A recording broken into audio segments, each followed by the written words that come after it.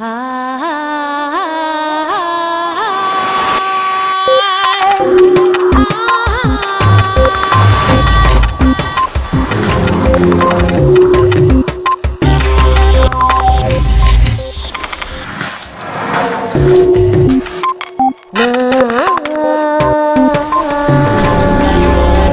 cerebro es un órgano construido para modificarse en respuesta a las experiencias. Richard Davidson. Vivimos inmersos en nuestra rutina cotidiana, sumergidos en una serie de gestos y situaciones que se repiten día a día, de la mañana a la noche.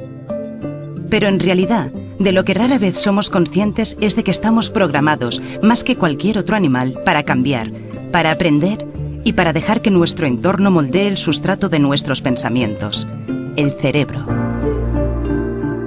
Si queremos mejorar nuestro comportamiento con los demás y con nuestro entorno natural, habrá que trabajar en ello desde los primeros años, como hacemos para aprender a hablar o a tocar un instrumento. Hoy en Redes escucharemos propuestas venidas de la neurociencia para mejorar la educación, y con el psicólogo Daniel Goleman descubriremos cómo consumir en el futuro para ser unos mejores huéspedes de este planeta.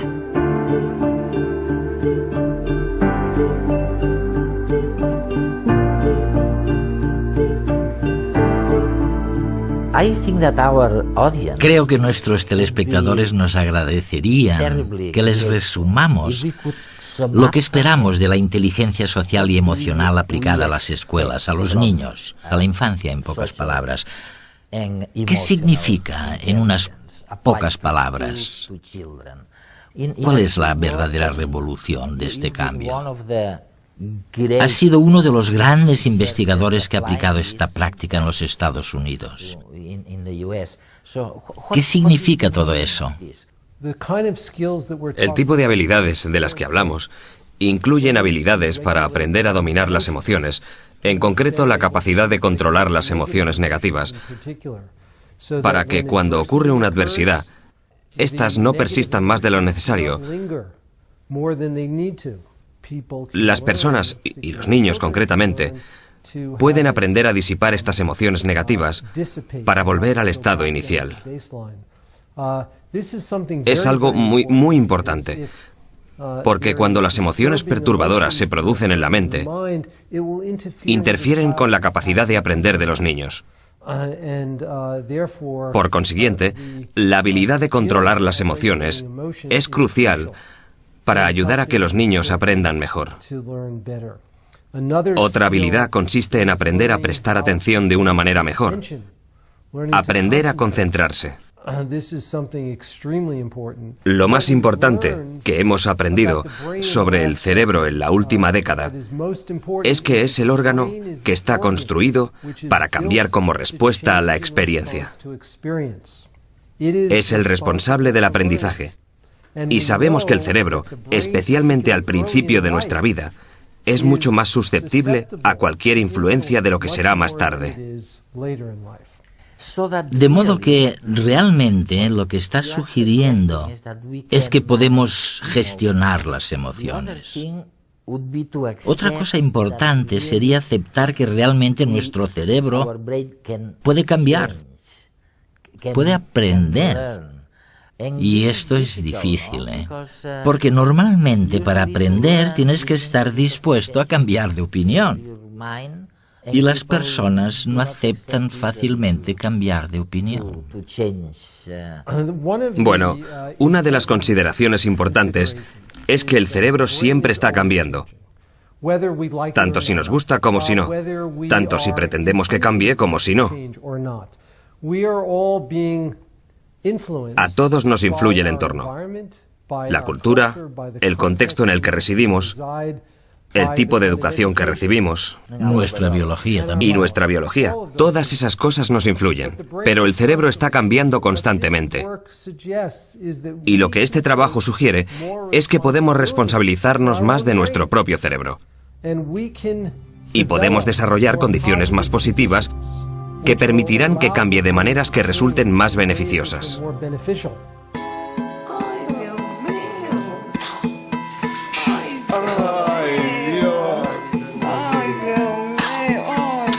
Desde el nacimiento, nuestro cerebro va modificándose, adaptándose con cada nueva experiencia, porque está construido con ese fin.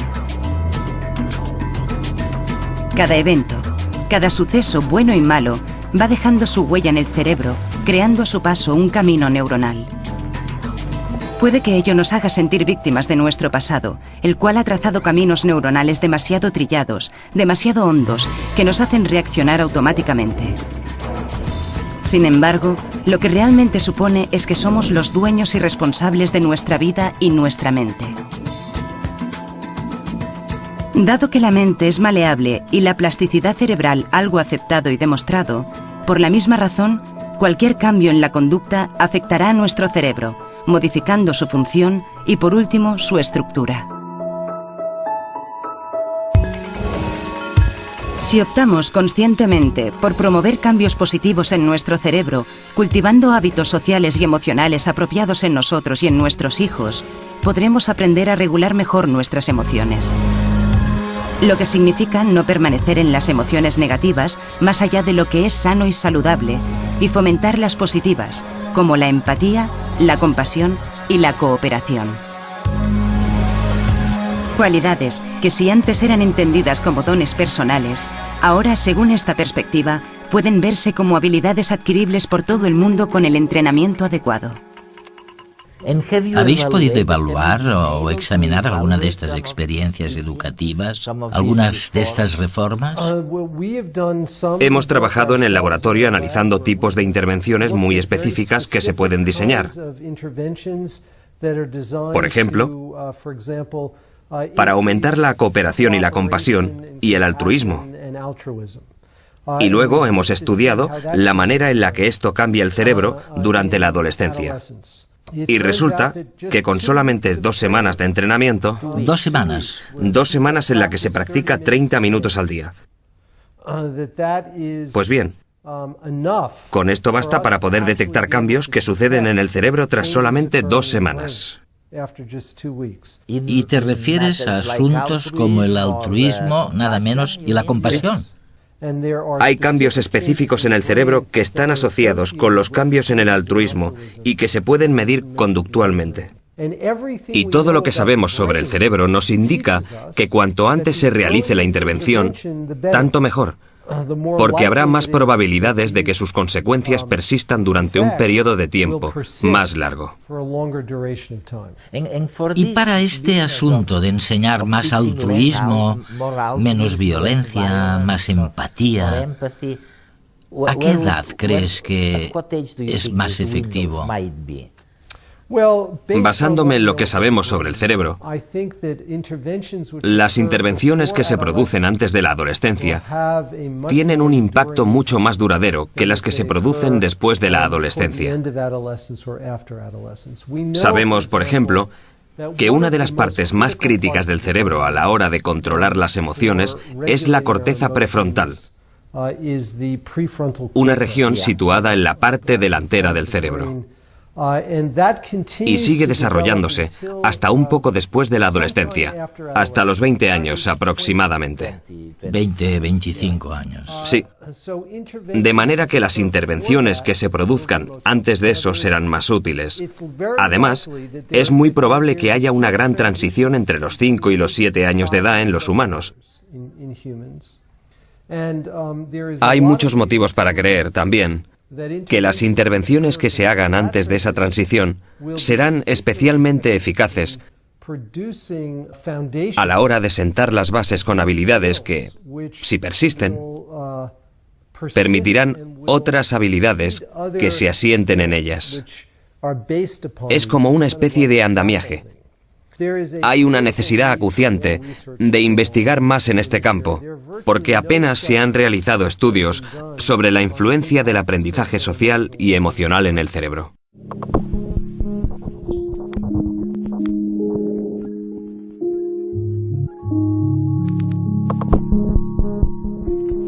En muchos países asiáticos tenemos un proverbio que dice: el espíritu de cuando tenemos 3 años vive con nosotros hasta que cumplimos los 100. Es decir, que el desarrollo temprano influye en el resto de nuestra vida. El neurocientífico Takao Henge investiga en la Universidad de Harvard cómo se establecen las conexiones cerebrales en los primeros años de vida y conoce muy bien los estudios actuales sobre la capacidad de cambio del cerebro en función de su entorno. Este es un tema que estamos investigando y estudiando, y resulta bastante sorprendente el hallar ejemplos, desde los ratones hasta los humanos, de mecanismos biológicos presentes en todas las especies y que hacen a nuestro cerebro extremadamente plástico. Al principio de la vida es muy flexible y luego se hace más rígido. He pensado que podría daros un par de ejemplos. Michael Meaney estudia el cuidado parental y maternal y en una serie de experimentos muy elegantes en ratas ha descubierto que incluso en el mundo de las ratas hay madres buenas y malas. El cuidado maternal en el mundo roedor implica lamer y limpiar, cuidar a las crías.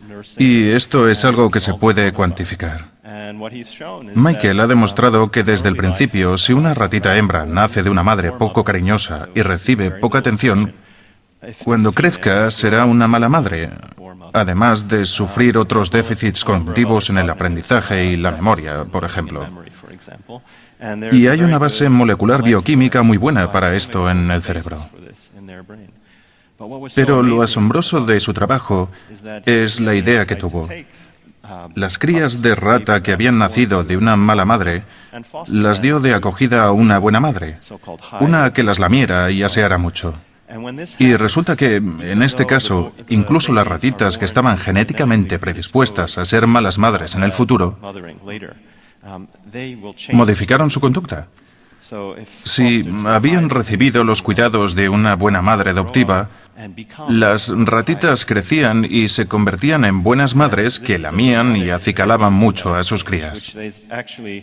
Se trata de un cambio epigenético espectacular que, de hecho, se debe a la modificación del gen de un receptor hormonal concreto. Este mismo año han publicado la asombrosa versión humana de esto. Al tener acceso al cerebro humano de suicidas, desgraciadamente, que de niños habían sufrido adversidades bien documentadas. Y se descubrieron las mismas modificaciones en las personas que habían sufrido adversidades de niños frente a los que habían muerto de causas naturales o los que no presentaban un historial problemático. Se trata, pues, de un ejemplo claro de la conservación de un mecanismo molecular y de cómo las experiencias en las primeras etapas de vida dejan una huella permanente en el cerebro. Mundialmente conocido tras la publicación de su libro Inteligencia emocional en la década de los 90, Daniel Goleman ha seguido escribiendo sobre psicología y emociones, promoviendo la incorporación del aprendizaje social y emocional al currículo escolar. La última vez que nos vimos, Dan, fue en tu casa en Massachusetts. Y fue justo después de aquel éxito increíble que tuviste en todo el mundo. En aquella época fue realmente increíble, con tu libro La inteligencia emocional. Sí. Coincidió con un momento en que se vivía un cierto desencanto. Había menos expectativas en cuanto a las posibilidades de cambiar el mundo directamente. A través de la política, digamos. Y quizás una mejor forma de conseguirlo era aprender a manejar las propias emociones. Y una vez asumido por todos nosotros, por nuestra audiencia también, que podemos gestionar nuestras propias emociones, que podemos gestionar lo que tenemos dentro de nosotros, nos hablas ahora de la tradición contemplativa, de los budistas, como el Dalai Lama, que lo han estado haciendo durante décadas. Sí, eso es. Y tú preguntas muy acertadamente, ¿podemos aprovechar algo de su experiencia? Exacto. ¿De aquello? Sí, yo estoy participando en esta conferencia con el Mind and Life Institute, que es un instituto que trabaja con el Dalai Lama. Se trata de un grupo de neurocientíficos que estudian las tradiciones antiguas de una filosofía y práctica como el budismo a fin de ver qué estrategias tienen para apaciguar la mente, para ser más compasivos, para aprender a concentrarse. Lo que nos dijo el Dalai a los científicos fue: tomad estos métodos, sacadlos del contexto religioso, estudiadlos muy a fondo y si pueden ser de alguna ayuda para la gente, difundidlos por todas partes. Ahora estamos descubriendo que enseñar habilidades sociales y emocionales a los niños desde que tienen 5 años hasta la universidad es muy eficaz. Los vuelve mucho más cívicos, mucho mejores estudiantes. Es un error pensar que la cognición y las emociones son dos cosas totalmente separadas. Es la misma área cerebral. De modo que ayudar a los niños a gestionar mejor sus emociones significa que pueden aprender mejor. Ahora estamos estudiando los métodos contemplativos que se han venido utilizando durante siglos. Y en el catolicismo también, por cierto, no solo en el budismo. Toda gran religión ha utilizado alguna vez algún tipo de práctica contemplativa de desarrollo de la mente. Nosotros lo estamos estudiando para ver si podemos aprovecharlo y hacer algo por los niños para ayudarles a concentrarse. Hoy en día los niños y también sus padres son muy dispersos y necesitan más ayuda con esas habilidades. Hoy en día probablemente haya solo una docena de currículos escolares que enseñen a los niños mindfulness, que les enseñen a concentrarse mejor, a focalizar, a hacer introspección y a ser más compasivos. Se trata de programas piloto. Desde 1995, cuando escribí La inteligencia emocional, ha habido cientos de programas sobre aprendizaje social y emocional y creo que va a ocurrir lo mismo con este campo. ¿Es verdad? En la próxima década.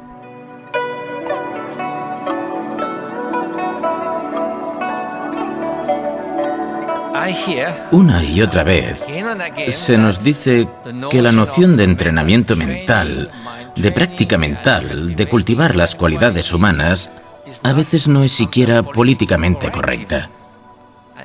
Y eso es sorprendente. No nos importa dedicar 15 años a la educación, si tenemos acceso a ella, o a la formación profesional.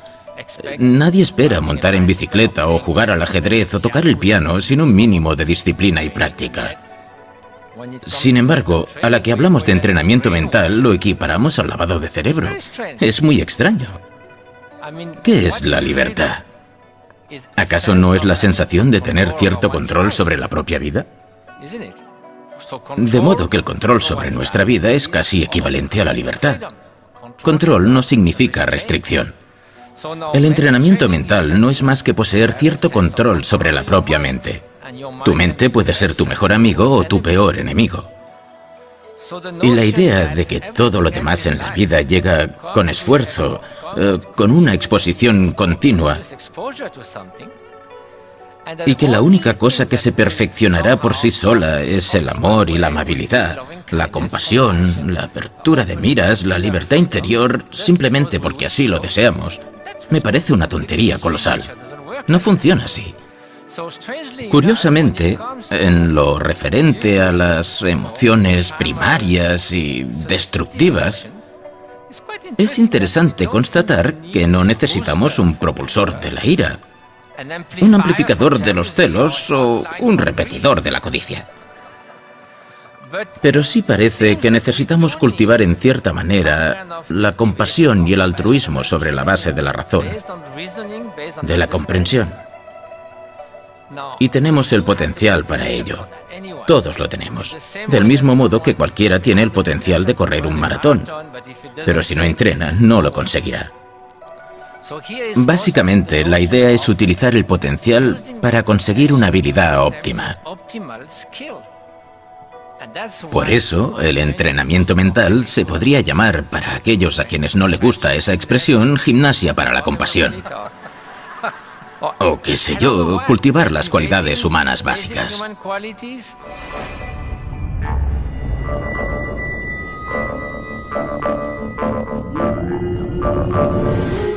En 1921, Albert Einstein nos recordaba que el ser humano es también una parte del todo que llamamos universo. Una parte que se encuentra limitada a un tiempo y a un espacio determinado.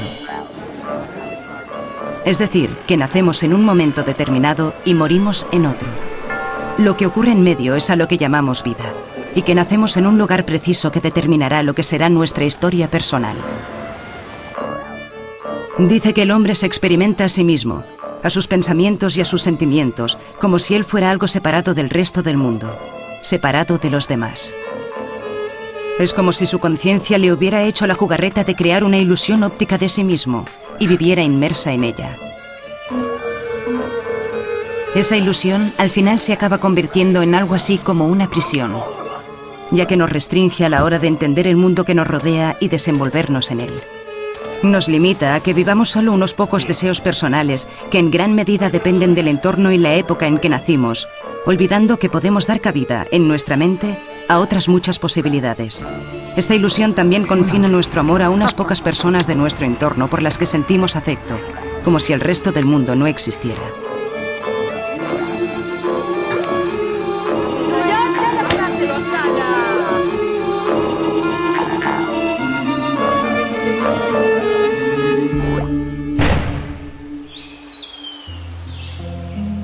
Por eso, Albert Einstein nos decía que el ser humano debería ampliar su círculo de compasión y afecto, hasta abarcar a todas las criaturas vivas y, por ende, a la naturaleza en su esplendor.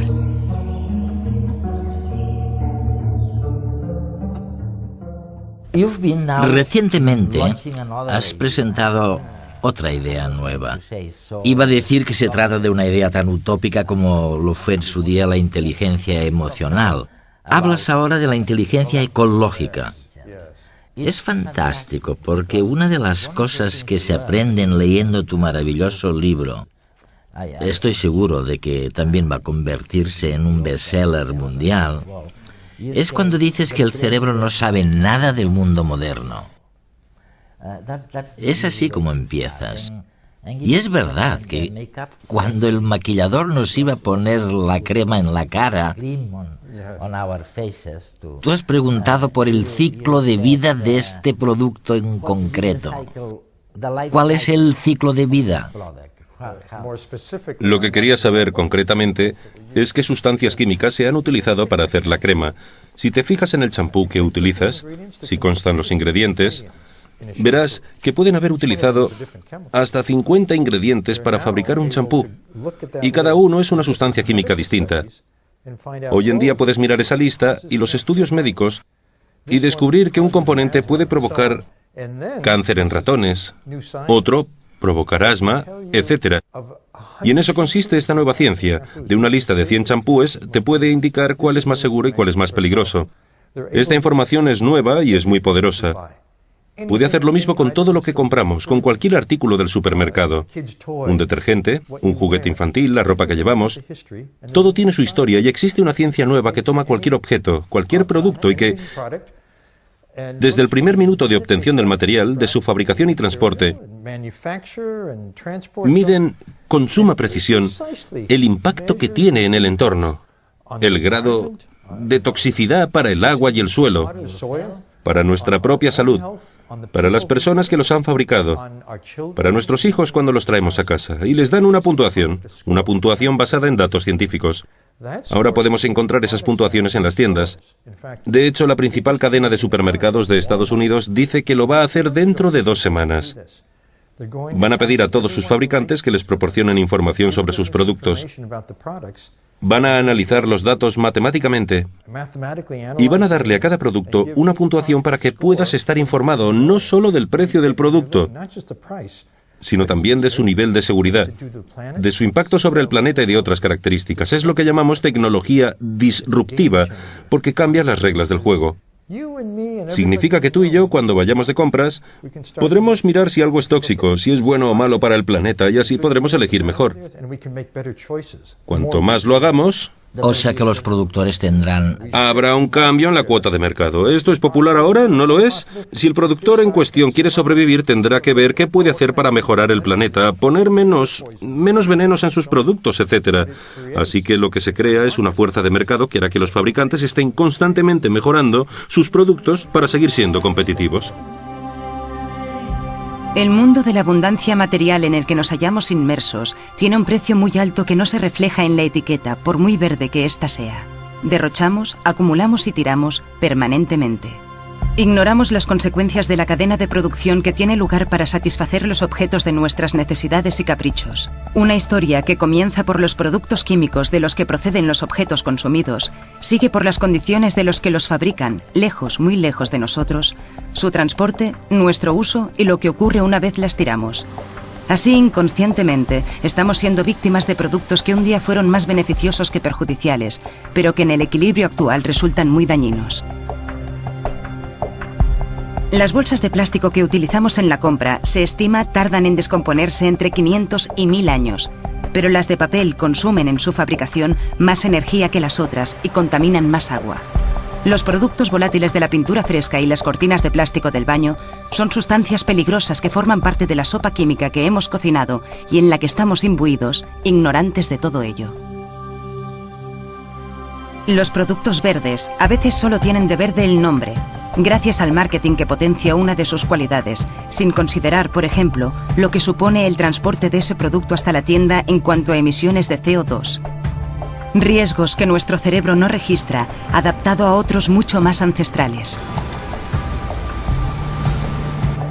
Es complicado, pero en realidad, solo un estudio profundo de todos los pasos implicados en la fabricación de un producto y el desarrollo de un etiquetado informativamente transparente puede ayudarnos a saber lo que compramos, a ser responsables con cada una de nuestras elecciones, con nuestro entorno y, en definitiva, con nuestra vida.